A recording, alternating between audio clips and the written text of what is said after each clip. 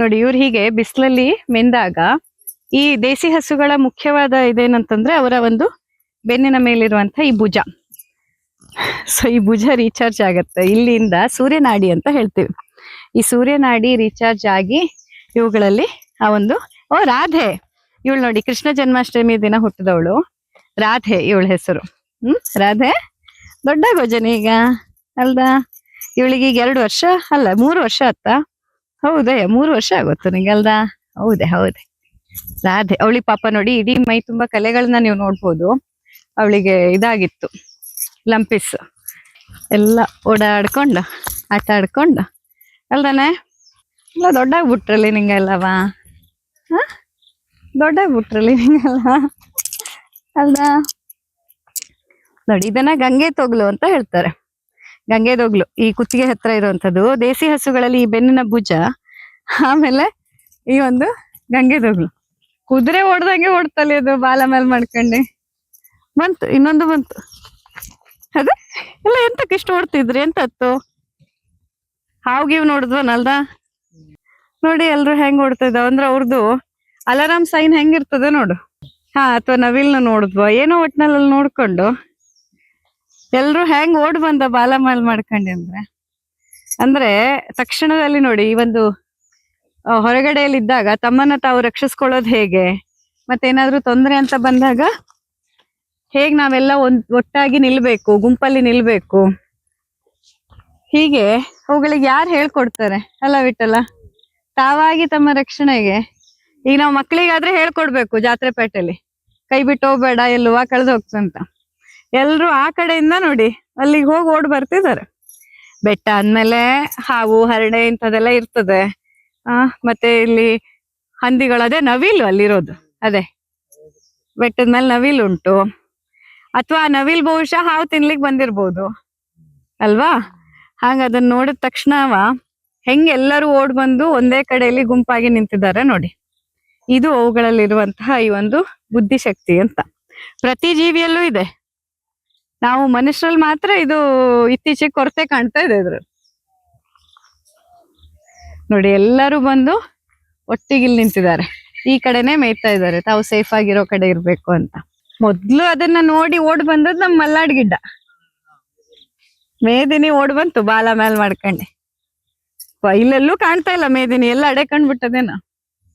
ಹೆಂಗ್ ಓಡ್ ಬಂತು ಅಂದ್ರೆ ಇಲ್ಲೆಲ್ಲೂ ಇಲ್ಲ ನೋಡು, ಫುಲ್ ಒಳಗ್ ಓಡೋಗದೆ ಹೆದರ್ಕೊಂಡು. ಹೀಗೆ ಇದು ಇವುಗಳಲ್ಲಿರುವಂತ ಒಂದು ಬುದ್ಧಿಶಕ್ತಿ. ಹಾಗಾಗಿ ನಾವು ಇವುಗಳನ್ನ ಬಿಟ್ಟಾಗ ಇವರ ಜೊತೆಯಲ್ಲಿ ನಾವ್ ಯಾರಾದ್ರೂ ಒಬ್ರು ಇರ್ತೇವೆ. ಬರೀ ಹಸುಗಳನ್ನ ಬಿಡೋದಿಲ್ಲ. ನಮ್ ವಿಠಲ್ ಗೌಡ್ರು ಅಥವಾ ಬೇರೆಯವರು ಇವರೊಂದು 3-4 ಜನ ಆದ್ರೂ ಇರ್ತಾರಲ್ಲ, 3-4 ಜನ ಆದ್ರೂ ಇಲ್ಲೇ ಇರ್ತಾರೆ ಹಸುಗಳ ಜೊತೆಯಲ್ಲಿ. ಸೊ ಯಾವುದೇ ಕ್ಷಣಕ್ಕೆ ಅವುಗಳಿಗೆ ಯಾವುದೇ ರೀತಿಯ ಒಂದು ಎಮರ್ಜೆನ್ಸಿ ಬಂದ್ರು ನಮ್ಮ ಸಹಾಯ ಇರ್ಬೇಕು ಅಂತ.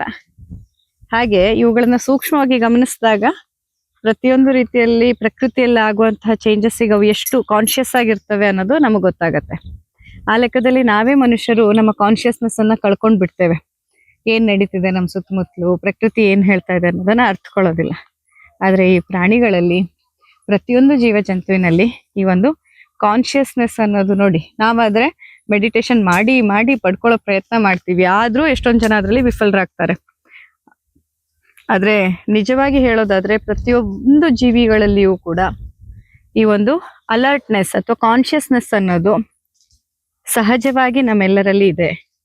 ಆದ್ರೆ ನಮ್ಮ ಅಜ್ಞಾನದಿಂದ, ಅಹಂಕಾರದಿಂದ, ನಮ್ಮ ಇಂದ್ರಿಯಗಳ ಆಸೆಗಳಿಂದಾಗಿ ಆ ಒಂದು ಕಾನ್ಶಿಯಸ್ನೆಸ್ ಅನ್ನೋದು ಮರೆಮಾಚಿರುತ್ತೆ. ಅದನ್ನ ನಾವು ಕಳ್ಕೊಂಡಿರ್ತೇವೆ. ಮತ್ತೆ ಪುನಃ ಅದನ್ನ ಪಡ್ಕೊಳ್ಳಿಕ್ಕೆ ಅಥವಾ ಯಾವುದು ನನ್ನಿಂದ ಮರೆಮಾಚಿದೆಯೋ ಆ ಅಜ್ಞಾನ ಅನ್ನೋದನ್ನ ಹೊಡೆದು ಹಾಕಿ ನನ್ನೊಳಗೆ ಆಲ್ರೆಡಿ ಇರುವಂತಹ ಜ್ಞಾನವನ್ನ ಪಡ್ಕೊಳ್ಳಿಕ್ಕೆ ನಾವು ಮಾಡೋದು ಮೆಡಿಟೇಷನ್ ಅಥವಾ ಧ್ಯಾನ ಅಥವಾ ಯೋಗ. ಹೀಗೆ ಅರ್ಥೈಸಿಕೊಳ್ಬೇಕಾದದ್ದು. ಮೇದಿನ ಎಲ್ಲೂ ಕಾಣುದಿಲ್ಲಲ್ಲ? ಇಲ್ಲ, ಒಳಗ ಓಡೋಗದದು, ಆ ಬದಿಗೆ ಓಡೋಗದು. ಹಿಂಡಲ್ ಒಳಗ್ ಹೊಕ್ಕಡೋಗದದು. ಇವ್ ನೋಡು, ಒಬ್ರು ಆಚೆಗೆ ಹೋಗ್ಲಿಲ್ಲ ಇವತ್ತೀಗ. ಒಬ್ರು ಓಡ್ ಬಂದದೆಯ, ಎಲ್ರು ಇಲ್ಲೇ ನಿಂತಿದ್ದಾರೆ. ಇಲ್ಲಾಂದ್ರೆ ದಿನಾಲು ಈಗ ಹೋಗಿ ಅಲ್ಲಿ ತನಕ ಹೋಗಿ ಮುಂದ್ ಬರುದು. ಕಡೆ ಒಂದ್ಸತಿ ನೋಡ್ಕೊಂಬ ವಿಠಲ, ಆ ಬದಿಗೆ ಹೋಗಿ. ಎಲ್ಲ ಗುಂಪಲ್ಲಿದ್ದ, ಇಲ್ಲೆಲ್ಲ ತೊಂದ್ರೆ ಇಲ್ಲ.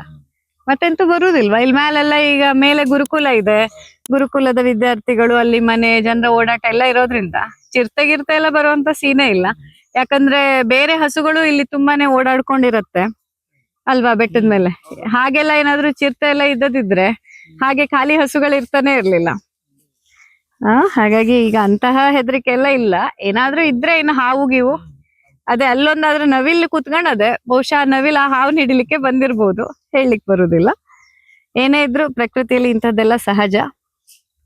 ಅವುಗಳ ಜೊತೆಯಲ್ಲಿ ನಾವು ಬದುಕಿ ಇರುವಂತ. ಬಂತು ನೋಡು ಮೇದಿನಿ, ಈಗ ಬಂತು. ಬಂದ್ಲು ಮೇದಿನಿ. ಅಲ್ಲೆಲ್ಲೋ ಇಷ್ಟೊತ್ತು ಅಡೆಕಂಡು ಈಗ ಬಂತು ಹೊರಗೆ. ಅಲ್ದಾನೆ ಯೋಗಿನಿ ಎಲ್ಲ ಎಲ್ಲ ಓಡೋಗಿದ್ರಿ? ಎಲ್ಲ ಓಡೋಗಿದ್ರಿ? ಬಿಟ್ಟಲ್ಲ ಇತ್ತಾಗ ಹೌದಾ ಯೋಗಿನಿ? ಎಲ್ಲ ಓಡೋಗಿದ್ರಿ ಅಲ್ಲವಾ? ಅಲ್ಲಿಗೆ ಓಡೋಗಿದ್ರಿ? ಮೇದಿನಿ ಬಂದದ ನಿಂಗನು ಎಲ್ಲ ಓಡೋದ್ರ ಅದ್ರಿಂದ? ಎಂತ ಅಂತು ಮೇದಿನಿ ನಿನ್ನ ಹತ್ರ? ಎಂತ ಇದ್ದು ಅಂತು ಅಲ್ಲಿ? ಎಂತ ಇದ್ದಾಡ? ಹಾವಿದ್ದಾಡ? ಎಂತ ಇದ್ದಾಡ? ಅಥವಾ ನವಿಲಕ್ಕಿ ನೋಡ್ಕೊಂಡೆ ಓಡ್ ಬಂತಾಡ? ಎಂತ ಅಂತು ಮೇದಿನಿ?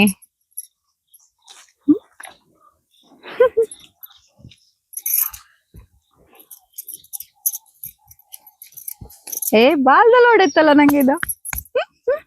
ಇಲ್ಲ ಇಲ್ಲ, ಯೋಗಿನಿ ಸುಮಂಗಲ ಒಟ್ಟೊಟ್ಟಿಗೆ ಇರ್ತಾರೆ ಖಾಯಮ್ಮ, ಬೆಸ್ಟ್ ಫ್ರೆಂಡ್ಸ್ ಫಾರ್ ಎವರ್ ಅಲ್ದೇನೆ. ನೋಡ ಶೈನಿಂಗ್ ಬಂತು. ಇಲ್ಲಿ ಮೇಯಕ್ ಬಂದದೆ ಬಿಸ್ಲಿಗೆ ಒಂದ್ ಎಣ್ಣೆ ಇಲ್ಲ ನೋಡಿ, ಎಣ್ಣೆ ಎಂತ ಕರಿಯುದು ನೀನು? ಅವರ ಮೈಯಿಂದ ಒಂದ್ ಎಣ್ಣೆ ಸೆಕ್ರೆಟ್ ಆಗ್ತದೆ. ಸೊಳ್ಳೆ ಗಿಳ್ಳೆ ಎಲ್ಲ ಕಚ್ಚದಿದ್ದಂಗೆ ಕೈಗೇನು ಇದ್ ಬಡ್ದಿರ್ತದಲ್ಲ, ಎಣ್ಣೆ ಇರ್ತದ. ಇಲ್ಲಿ ಹೌದು, ಬಿಸಿಲು ಬಿದ್ದದ್ದೇ ಅದು ಚಂದ ಸೆಕ್ರೆಟ್ ಆಗಿ ಶೈನಿಂಗ್ ಬರ್ತದೆ ಎಲ್ಲದಕ್ಕೆ. ನಿನ್ಗೂ ಮಾಡವಾ? ಓನೆ ಎಂತಕ್ಕೆ ಇವತ್ತು ಯಾರು ಮುಂದೆ ಹೋಜ್ರಿಲ್ಲ? ಎಲ್ಲರೂ ಇಲ್ಲೇ ಇದ್ರಿ. ಎಂತಕ್ ಮುಂದೆ ಹೋಜ್ರಿಲ್ಲ ಇವತ್ ನಿಂಗ? ಅಂತಕ್ಕೆ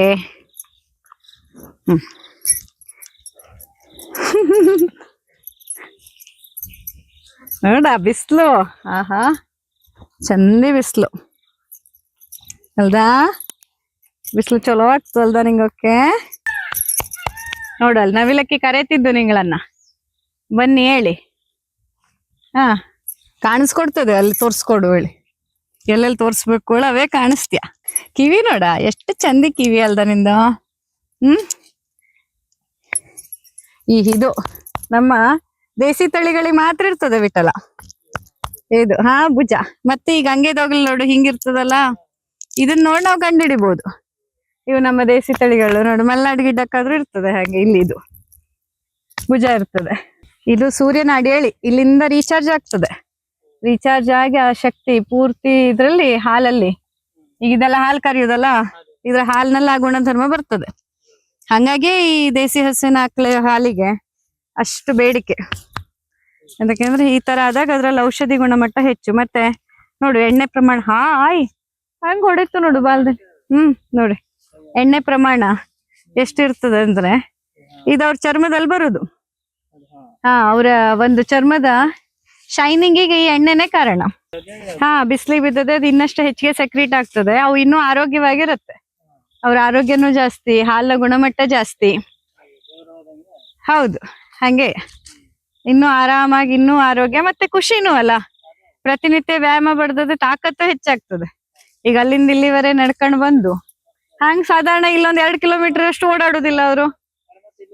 ಹೌದು, ಓಡಾಡ್ಕೊಂಡು ಇಲ್ಲಿಂದ ಅಲ್ಲಿ ಹೋಗೋ ತನಕ ಒಳ್ಳೆ ಅವ್ರದ್ದು ಮಾಂಸಖಂಡಗಳ ಶಕ್ತಿನೂ ಹೆಚ್ಚಾಗ್ತದೆ. ದೇಹದಲ್ಲಿ ರಕ್ತ ಸಂಚಾರ ಚೆನ್ನಾಗಾಗತ್ತೆ, ಆರೋಗ್ಯ ವೃದ್ಧಿ ಆಗತ್ತೆ, ಮನಃಶಾಂತಿ ಮತ್ತೊಂದು ಖುಷಿ ಆಗತ್ತೆ. ಹಾಗಾಗಿ ಎಲ್ಲ ರೀತಿಯಲ್ಲಿ ಒಳ್ಳೇದು.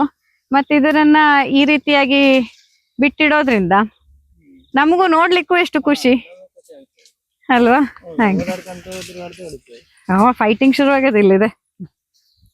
ನೋಡು ಒಳಗೆ ಫೈಟಿಂಗ್, ಹಿಂಡಿನ ಒಳಗೆ ಫೈಟಿಂಗ್. ಹಾಗೆ ಆಯ್ತು. ಹಾಗೆ ನಾ ಕ್ಲಿನಿಕ್ಗೆ ಹೋಗಿ ಬರ್ತೆ ಇಲ್ಲಿ. ಸೊ ನಿಮ್ಮ ಜವಾಬ್ದಾರಿ, ನಮ್ಮೆಲ್ಲ ಗೋಮಾತೆಯರ ಜವಾಬ್ದಾರಿ ವಿಠಲ್ ಗೌಡ್ರದ್ದು. ಹಾ ನೋಡ್ತೀರಿ. ಆಯ್ತು, ಶುಭ ದಿನ. ಹಂಗಾರೆ ಭೇಟಿ ಆಗುವ ಮತ್ತೆ.